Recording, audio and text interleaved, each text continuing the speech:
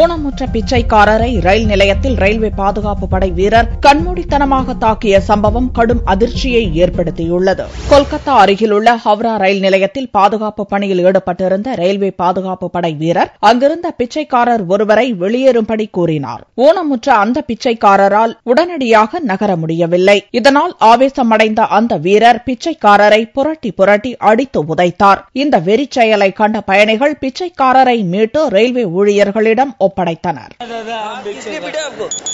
किस काम के लिए पीटा? मारा मुझे दादा। क्यों मारा? आपने कुछ बोला था उसको? कुछ तो फिर मार दिया कैसे हो आपको? और जो इसको दलाल जो चारा था, उसको दलाल मारेगा तूने। इसको दलाल मारेगा था, दलाल मारेगा तूने। इसे पूरे चला दलाल मारेगा तूने। पता नहीं उसका हम तो दादा दिल्ली से आया, हम दिल्ली रहने वाला।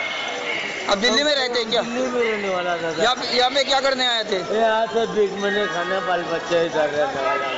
ஹவ்ராவில் உள்ள அரசு மருத்துவமனையில் சேர்க்கப்பட்ட அந்த பிச்சைக்காரர் மறுநாள் காலையில் காணாமல் போய்விட்டார். அவர் எங்கு சென்றார் என்று தெரியாது என மருத்துவமனை ஊழியர்களும் கைவிரித்துவிட்டனர். ஊனமுற்றவரை வீரர் அடித்து உதைக்கும் வீடியோ காட்சிகள் சமூக வலைதளங்களில் உலா வந்த பிறகே இந்த அரக்கத்தனமான செயல் வெளிச்சத்துக்கு வந்துள்ளது.